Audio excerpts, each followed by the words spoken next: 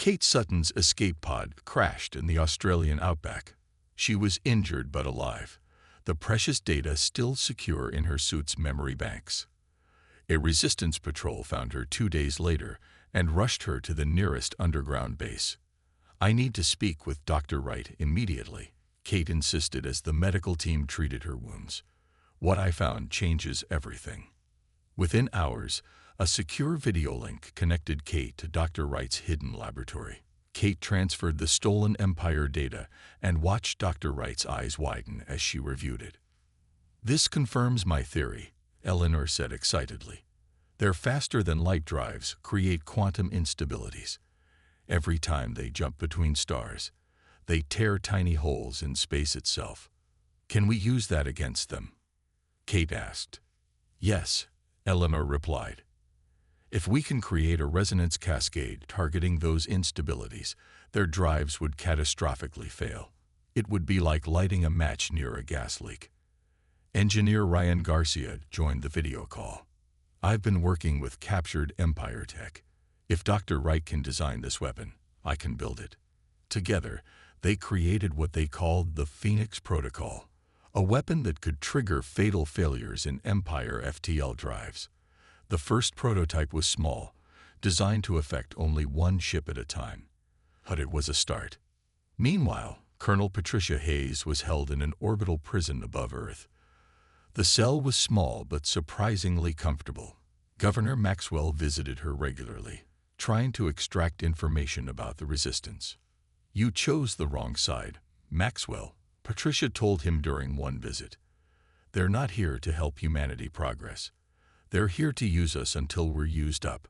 Maxwell didn't respond, but his face showed doubt. He had seen the destruction of cities, the countless civilian deaths. The Empire's brutality was becoming harder to justify, even to himself. On the U.S. Defiant, Captain George Harmon planned a daring mission. "We're going to rescue Colonel Hayes," he told his crew. "Without her leadership, the resistance is fragmented. We need her back." The plan required perfect timing and the use of every piece of reverse-engineered Empire technology they had. The Defiant would approach the prison station during a patrol shift change, using modified shields to disguise their energy signature. Admiral Carr Thull received word that reinforcements were on their way from the Empire's core worlds. 6 more purifier vessels would arrive within days. He prepared for what he believed would be the final assault on Earth's remaining free territories. "This species has proven unusually troublesome," he told his officers. "The Emperor wants Earth pacified completely. No more resistance. No more defiance." As Earth's remaining forces prepared for the Empire's final push, Dr. Wright completed the first Phoenix Protocol weapon. It was loaded onto the U.S. Defiant just before it departed for the prison station rescue mission. "This is untested," she warned Captain Harmon. "Use it only if absolutely necessary." The rescue mission began under cover of darkness. The Defiant approached the prison station, its modified shields working perfectly. A small team led by George boarded the station, fighting their way to Colonel Hayes' cell block. They found her already fighting her own way out. She had fashioned a weapon from parts of her cell and overpowered a guard. "Took you long enough," she said with a grin as they met in a corridor. Their escape route was cut off when an Empire battle group detected the Defiant. 3 massive warships surrounded the smaller Earth vessel, weapons charged. "We have no choice," George said over the comlink. "Activate the Phoenix Protocol." The weapon powered up, sending out pulses of energy that matched the quantum frequencies of the Empire ship's FTL drives. At first, nothing seemed to happen. Then one ship began to shudder. Bright light erupted from its engine section. The distortion spread quickly, engulfing the ship completely before it exploded in a blinding flash. The other Empire ships immediately retreated, but one was caught in the cascade effect. It too exploded spectacularly. As the Defiant escaped with Colonel Hayes safely aboard, Admiral Carr Thull received the report of the encounter. For the first time since the war began, he felt something new. Fear. The stars vanished first. One by one, They winked out as if someone was turning off lights across the night sky.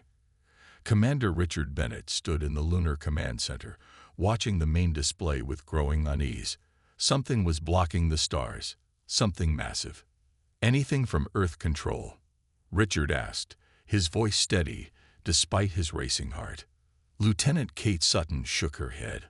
"All channels are open, sir. They're seeing the same thing we are." The darkness spread until a quarter of the visible sky was empty. Then, in a flash of blue light, they appeared. 7 massive ships, each larger than the biggest city on Earth, emerged from what looked like holes in space itself.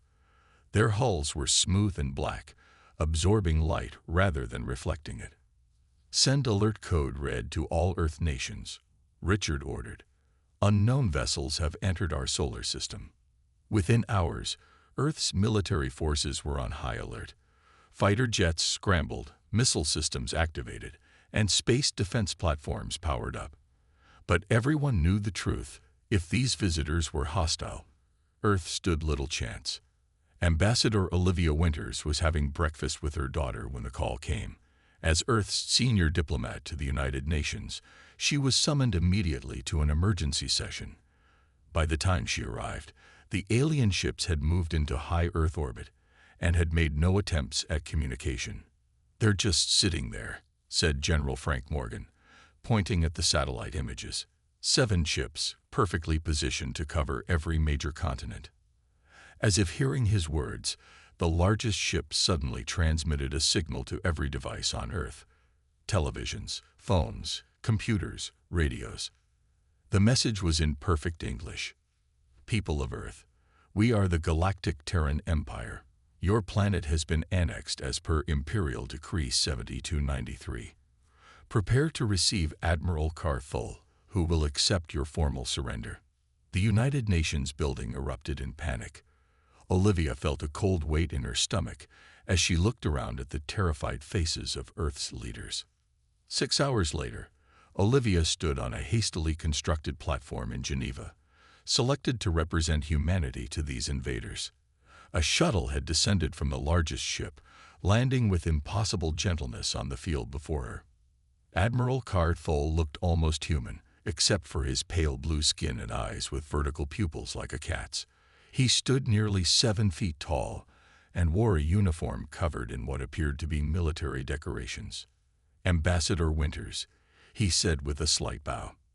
"I bring greetings from Emperor Zarkon, ruler of 1,000 worlds." "Admiral," Olivia replied, keeping her voice steady. "Earth welcomes peaceful contact with other civilizations. However, we do not recognize your claim of annexation. Earth is a free world." Carthul smiled, revealing teeth that were too perfect, too white. "Your courage is admirable but misplaced. The Empire does not request permission, Ambassador. We have studied your species for decades. You have potential as servants. Your military capabilities are primitive, but your adaptability is impressive." He handed her a small device. "These are our terms. Earth may join the Empire as a servant species, providing resources and labor. In return, you will receive our protection and limited access to our technology. The alternative is simple. Those who refuse to kneel will be removed." Back at the Lunar Command Center, Richard and Kate were analyzing the alien ships. Kate had noticed something unusual about their energy signatures. "Their shields flicker at regular intervals," she explained, pointing to her data. "Every 37 seconds, there's a microsecond where they're vulnerable. It's not much, but it's something." As worldwide leaders debated the Empire's ultimatum in an emergency session, Kate's discovery was just one small piece of hope. The aliens had given Earth 48 hours to decide. When the deadline came, Earth's answer was delivered by a united human council. Ambassador Winters stood before Admiral Carthul, her back straight and her voice clear. "Admiral, I bring the response of Earth. We have considered your terms, and we have decided.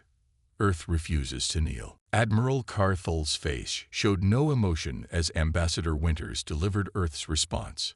He simply nodded once, turned, and walked back to his shuttle without another word. 3 hours later, the Empire attacked. The orbital defense stations were the first to go. Beams of intense green light shot out from the Empire ships, cutting through Earth's best technology like paper.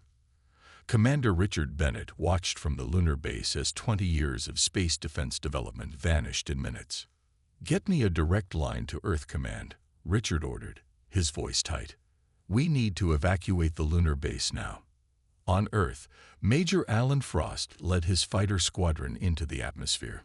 He knew their jets were no match for alien technology, but they had to try something. "Fox Squadron, stay in formation," he said through his radio. "Remember the data from Lieutenant Sutton. Their shields have a pattern. Fire on my mark." The Empire had sent smaller attack ships now, each one the size of a large building.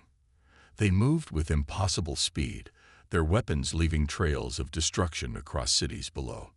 Alan counted down the seconds. 3, 2, 1, mark.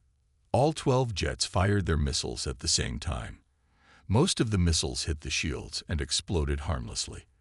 But 3 hit during the brief weak point Lieutenant Sutton had discovered. They pierced through, causing one Empire ship to shudder and then explode. The first human victory was small but significant. Meanwhile, Dr. Eleanor Wright worked frantically in her underground laboratory. The government had moved her team to a bunker beneath the Rocky Mountains after the Empire's arrival. As Earth's leading physicist, she now had one job: find a way to fight back. "The energy signature from their shields is like nothing I've ever seen," she told her team, pointing to the data Lieutenant Sutton had sent. "But this fluctuation is consistent. If we can build a weapon that synchronizes with this pattern, we might have a chance." Captain George Harmon stood on the bridge of the U.S. Defiant, one of Earth's few space-capable warships. It was small compared to the Empire vessels, but it was fast and now equipped with Dr. Wright's prototype weapon. "All crew to battle stations," George ordered. "We have one shot at this. If Dr. Wright's calculations are correct, we can take out their supply ship." The Defiant had been hiding behind one of Jupiter's moons, waiting for the right moment. The Empire supply ship was massive but lightly defended. It wasn't expecting an attack this far from Earth. "Approaching target," reported the navigator. "We'll be in range in 30 seconds." George took a deep breath. "Engage stealth systems. Ready the resonance disruptor."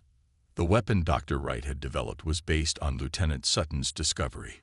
It emitted an energy pulse that matched the exact frequency of the Empire shields at their moment of weakness, amplifying the gap. "Fire when ready," George commanded. The resonance disruptor fired, a blue pulse of energy striking the Empire ship at the perfect moment. The shield collapsed completely, and the Defiant's conventional weapons found their mark. The supply ship broke apart, secondary explosions rippling along its hull. Back on Earth, civilians sought shelter in underground bunkers as Empire ground forces began to land. Colonel Patricia Hayes organized the first resistance cells, distributing weapons and communication devices. "We hit them fast and disappear even faster," she told her fighters. "We can't match their strength, so we use our knowledge of our own planet against them." 6 months passed. Earth suffered terribly. Major cities lay in ruins from orbital bombardment. But humanity fought back with growing success. The resonance disruptor technology spread to more vessels. Resistance fighters learned to ambush Empire ground troops. When the U.S. Defiant returned to Earth orbit after destroying an Empire cruiser, it sent a simple message to all resistance channels: "Earth stands. The Empire bleeds." For the first time since the invasion began, hope sparked across the planet. Earth had refused to kneel, and now the Empire would learn what that truly meant. 6 months into the war, Earth had changed. Cities once bright with lights now stayed dark to avoid Empire targeting. People lived underground or in remote areas, away from the occupation forces. Colonel Patricia Hayes moved through an abandoned subway tunnel beneath what was once Chicago. Her resistance network now spanned the globe, connected by old radio equipment and salvaged Empire technology. "The Empire has established a new base in Sector 4, she told the group of fighters gathered around her. "They're bringing in more troops tomorrow." A young woman raised her hand. "Colonel, we're running low on resonance disruptors. Can we get more?" Patricia nodded. "Engineer Garcia has solved the production problem. New shipments will arrive next week." Ryan Garcia had been a car mechanic before the invasion. Now he worked in a hidden facility, taking apart captured Empire technology and adapting it for human use. His latest achievement was mass-producing Dr. Wright's resonance disruptors. "The Empire never expected us to understand their tech so quickly," Ryan explained to his team as they assembled the weapons. "Their arrogance is our advantage." Meanwhile, in what was once Washington, D.C., a human named Governor Maxwell sat in a luxurious office.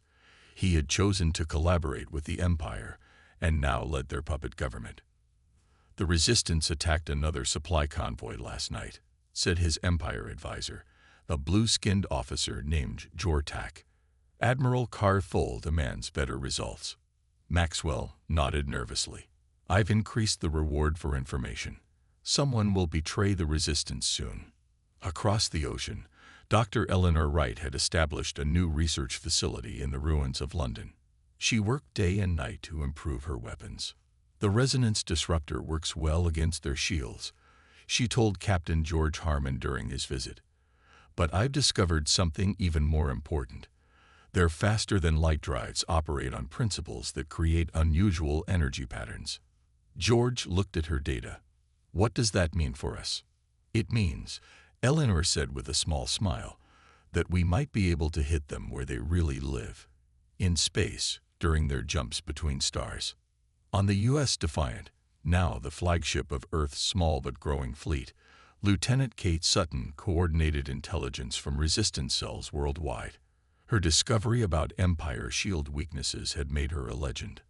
"We've identified the locations of all major Empire command centers," she told the ship's crew. "Colonel Hayes has prepared simultaneous attacks on each one." The plan was ambitious. After months of small victories, Earth forces would strike all Empire ground bases at once. The date was set. The weapons were distributed. The resistance fighters were in position. The attack began at dawn. In 12 locations around the world, human fighters used resonance disruptors to breach Empire defenses. Years of rage and determination fueled their advance. Colonel Hayes led the Chicago assault personally. "Remember," she told her troops, "hit their communication center first. Don't give them time to call for help."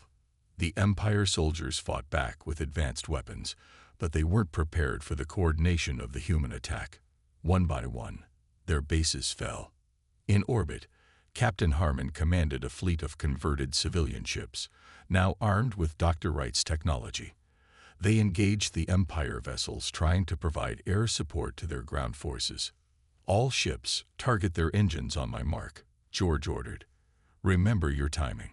The small Earth ships darted between the massive Empire vessels, firing precisely when the shields weakened.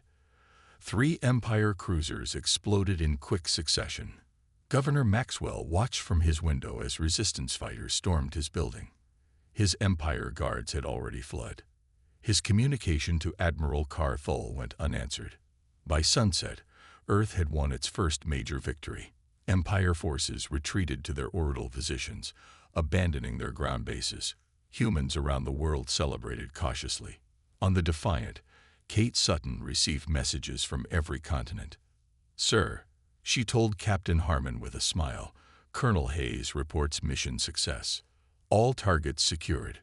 Earth is taking back what's ours." Admiral Carthol stood on the bridge of his command ship, his face showing no emotion as he watched the recordings of Earth's coordinated attack. Behind him stood 4 other Empire officers, all waiting in tense silence.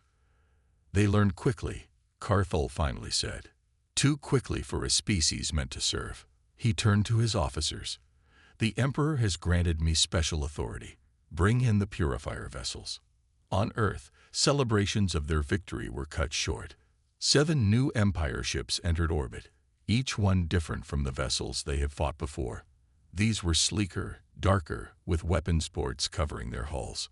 Commander Richard Bennett, now in charge of Earth's defense coordination, received the first reports from observation posts. "They're positioning over major population centers," he said, "all of them outside our current weapon range." The Empire's response came without warning. Beams of intense red light shot down from the new ships. Where they touched, everything burned. Cities, forests, fields, all were reduced to ash in seconds. "Initial casualty reports are coming in," Lieutenant Kate Sutton said, her voice shaking. "Boston is gone. Atlanta too. They're systematically destroying cities we took back."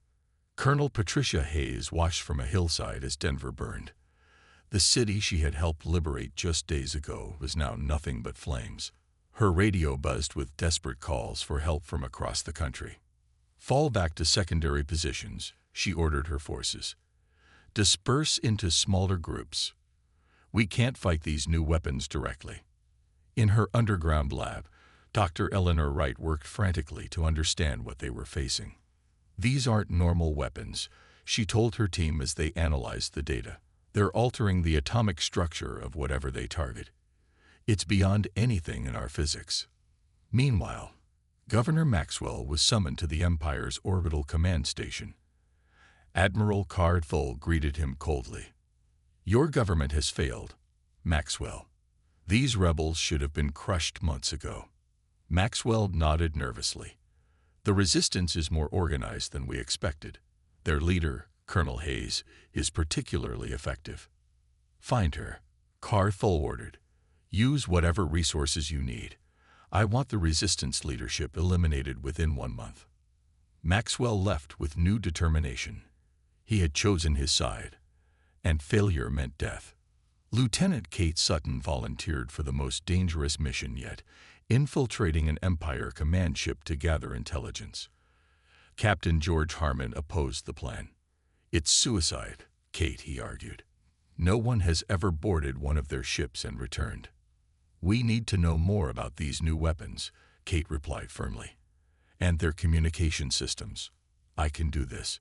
Using a captured Empire shuttle and forged identification codes, Kate and a small team approached one of the smaller Empire vessels.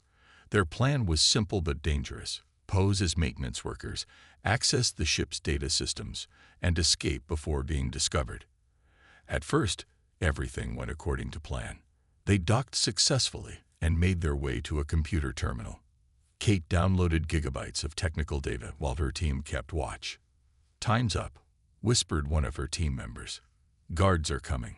They almost made it back to their shuttle when alarms sounded. Empire soldiers surrounded them, weapons ready. In the chaos that followed, only Kate managed to escape, hiding in a maintenance shaft as her team was captured. For 3 days, she moved through the ship's service tunnels, avoiding patrols and surviving on emergency rations. She finally reached an escape pod, launching herself toward Earth with the precious data. As her pod streaked through space, Kate reviewed what she had discovered: the Empire's home system coordinates, their fleet movements, and most importantly, details about their faster-than-light drive technology, the very thing Dr. Wright had been studying. Back on Earth, Colonel Hayes was captured during an ambush led by Governor Maxwell himself. The resistance lost its most effective leader, and morale plummeted. The Empire seemed unstoppable as more cities burned. Earth was on the brink of defeat, but unknown to the Empire, Kate Sutton's escape pod carried the information that might change everything. The success of the Phoenix Protocol changed everything. Earth's resistance, once scattered and desperate, gained new hope. With Colonel Hayes free and leading once more, they shifted from defense to offense. In a hidden shipyard beneath the Pacific Ocean, engineer Ryan Garcia supervised the refit of captured Empire vessels. Empire technology was being paired with human ingenuity to create a fleet unlike anything seen before.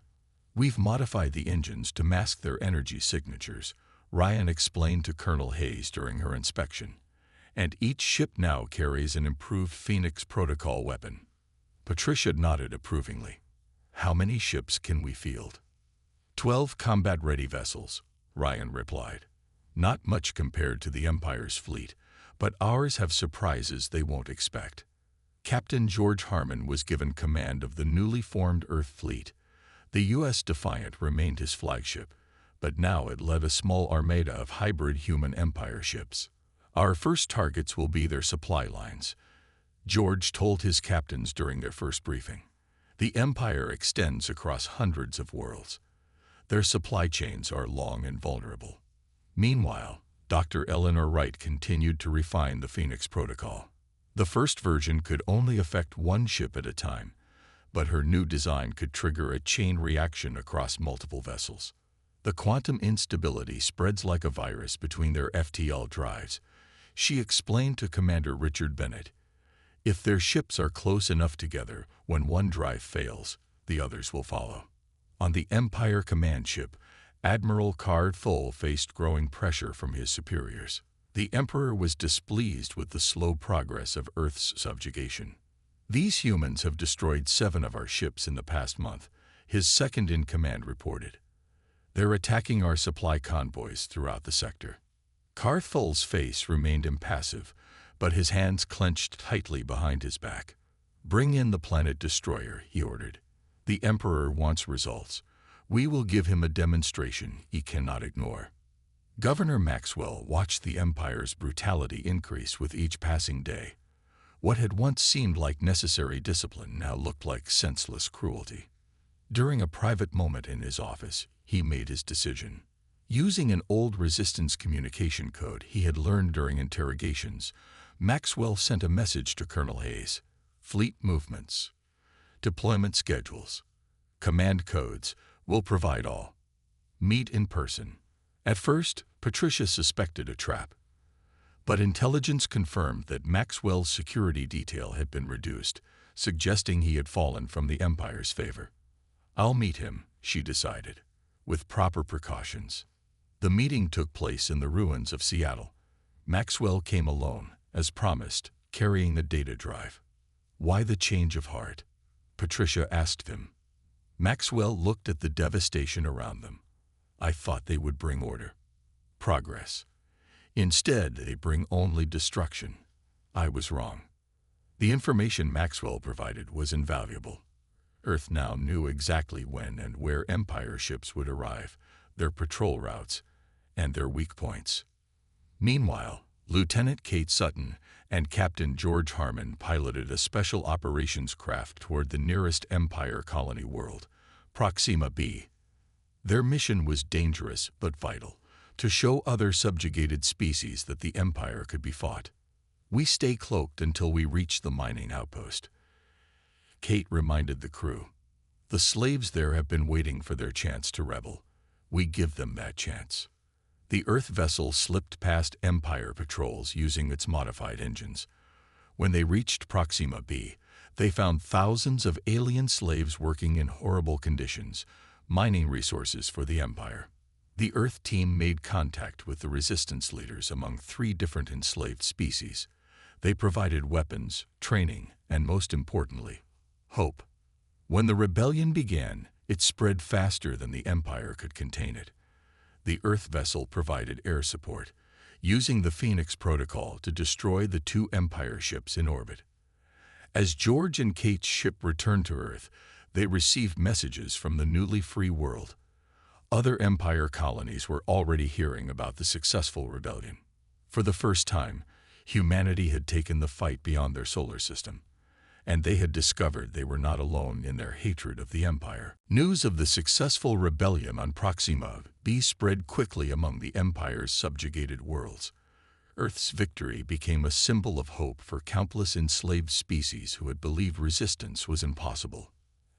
Admiral Karl Thole was summoned to the Empire's homeworld, Taraxis Prime. He stood before the Emperor himself, a tall, blue-skinned figure seated on a throne of dark metal.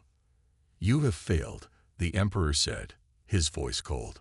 One primitive world has disrupted our operations across 3 sectors. Karl Thole bowed low. My Emperor, these humans are unlike any species we have encountered. They adapt quickly and... Enough excuses, the Emperor interrupted. Return to Earth with our doomsday fleet. End this rebellion, or do not return at all. Back on Earth, Colonel Patricia Hayes coordinated with representatives from 6 different alien species, all former slaves of the Empire who had joined the fight after the Proxima Bu Rebellion. The Empire controls 1,000 worlds, but most are held through fear alone, said Grax, a tall reptilian being from a world called Sedna. Their actual military presence is stretched thin. Patricia nodded. If we continue to liberate key worlds, their entire system could collapse. The alien alliance grew stronger each day. Ships arrived from newly freed planets, crews eager to join Earth's fleet. What had begun as humanity's desperate stand for survival had become a multi-species revolution. Captain George Harmon now commanded not just Earth vessels, but ships from across the galaxy. His fleet had grown to over 40 vessels, all equipped with the Phoenix Protocol weapon. The Empire's core worlds are heavily defended, George told his captains during a strategy meeting. But we don't need to attack them directly. Their mining operations, their shipyards, their supply depots, these are all vulnerable. Dr. Eleanor Wright made another breakthrough with the Phoenix Protocol. Studying the Empire's central network, she discovered that all their ships were connected to a single command system. Their entire fleet communicates through quantum entanglement, she explained to Commander Richard Bennett. It's how they coordinate across such vast distances. Richard immediately saw the potential. If we could access that network, we could deploy the Phoenix Protocol against their entire fleet simultaneously, Eleanor finished. But to do that, we'd need direct access to their central network hub on Taraxis Prime. Lieutenant Kate Sutton and a team of technical experts began working on a plan to infiltrate the Empire's network. Using the information Governor Maxwell had provided, they identified vulnerabilities in the system. Their security is designed to stop brute force attacks, Kate explained. But if we use their own command codes to access the system, we can slip in undetected. Earth forces advanced across Empire territory, liberating world after world. With each victory, more former slaves joined their cause. The Empire found itself fighting on dozens of fronts simultaneously. Admiral Carr Hull returned to Earth with the promised Doomsday Fleet, 20 massive warships, each capable of destroying an entire continent. But Earth was ready. When the Doomsday Fleet emerged from faster-than-light travel near Jupiter, they found Earth's combined fleet waiting for them. The battle that followed was the largest space engagement in Earth's history. Empire ships fired their devastating weapons, destroying 3 Earth vessels in the opening minutes. But the modified Phoenix Protocol worked even better than expected. When deployed against the lead Empire ship, the quantum cascade spread rapidly through their formation. 7 Empire ships exploded before they could retreat. The others scattered, their coordinated attack plan in ruins. Admiral Cardfull barely escaped in his command ship, his fleet decimated. On Earth, celebrations erupted across free territories. Humans and their alien allies had defeated the Empire's most powerful fleet. The path to Taraxis Prime was now open. Colonel Hayes addressed the combined forces after the victory. The Empire believed they could enslave us. They were wrong. Now we take the fight to their homeworld. We will end their tyranny once and for all. As preparations began for the final assault on Taraxis Prime, Captain George Harmon and Lieutenant Kate Sutton were chosen to lead the most critical mission, infiltrating the planet to access the Empire's central network hub. The combined fleet of Earth and its alien allies jumped into orbit around Taraxis Prime. 76 ships of various sizes and designs, united by a single purpose, to end the Empire's reign of terror. Colonel Patricia Hayes commanded the main assault from the bridge of Earth's largest vessel, now named Freedom. Beside her stood representatives from a dozen formerly enslaved species. The Empire has ruled through fear for too long, Patricia told them as the planet came into view. Today that ends. The Empire's home defense fleet was massive. Over 200 warships arranged in a protective sphere around the blue-green world. At their center was the Emperor's personal dreadnought, a vessel twice the size of any other ship in space. Captain George Harmon and Lieutenant Kate Sutton prepared for their critical mission aboard a small stealth craft. Their ship was designed to slip through the Empire's sensor net during the confusion of battle. The central network hub is located in the Imperial Palace. Kate reminded her team as they checked their equipment.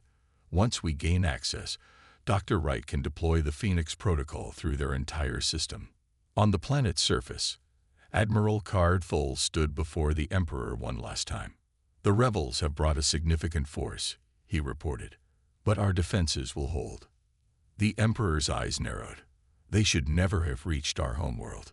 This failure is yours, Admiral." Before Card Full could respond, alarms sounded throughout the palace. The battle had begun. In space, the two fleets clashed in a spectacular display of weapons fire and explosions. Earth ships moved in coordinated patterns, targeting the weak points they had learned through months of fighting. Empire vessels relied on their superior numbers and firepower. Dr. Eleanor Wright watched the battle from her station aboard the Freedom. She maintained constant communication with Kate's team, guiding them toward their target. "The palace defenses are designed to stop a frontal assault," Eleanor explained, "but there's an old maintenance tunnel that should provide access to the lower levels." As the space battle raged, George and Kate's small craft slipped through the chaos, using debris and disabled ships as cover. They landed in a remote area outside the capital city and began their approach on foot. The Imperial Palace was an enormous structure of gleaming metal and crystal, surrounded by force fields and weapon emplacements. But just as Dr. Wright had predicted, the maintenance tunnel remained unguarded, an oversight born of Imperial arrogance. On the Freedom, Colonel Hayes directed the battle with calm precision. Earth ships had destroyed 27 Empire vessels, while losing only 8 of their own. But the Emperor's dreadnought remained untouched, its weapons devastating any ship that approached. "We can't break through their center," reported one of her officers. "That dreadnought's shields are too strong." "We don't need to break through," Patricia reminded him. "We just need to keep them busy long enough for the ground team to succeed." Inside the palace, George and Kate fought their way through surprised guards. They'd reached the central network hub, a vast chamber filled with glowing equipment. "This is it," Kate said, connecting her device to the main console. "Dr. Wright, we're in position." Eleanor immediately began the upload. The Phoenix Protocol, modified to spread through the Empire's entire command network, began to flow into their systems. In orbit, Empire ships suddenly began to lose power. Their weapons fell silent as the protocol attacked their quantum systems. The Emperor's dreadnought was the last to be affected, its superior systems resisting longer than the others. In the throne room, the Emperor received desperate reports from his fleet. Ship after ship was going dark or exploding outright. He turned to Admiral Carfull with fury in his eyes. "What is happening to my fleet?" Before the Admiral could answer, the palace shook as the ground forces of Earth and its allies breached the outer defenses. Realizing the battle was lost, the Emperor activated an emergency communication channel to all remaining ships. "This is Emperor Zarkon of the Galactic Terran Empire. I offer unconditional surrender. Stand down all weapons." 1 month later, Commander Richard Bennett stood in the Lunar Command Center, looking out at the stars just as he had when the Empire first arrived. Earth cities were being rebuilt. Former Empire worlds were forming a new alliance based on mutual respect rather than fear. "Hard to believe it's over," said a voice behind him. It was Lieutenant Kate Sutton, now promoted to commander. Richard smiled. "Not over. Just beginning. There's a whole galaxy out there, and humanity has a lot to contribute." Beyond the viewport, stars shone brightly in the darkness, no longer blocked by Empire ships. Earth had refused to kneel, and now stood tall among the free worlds of the galaxy.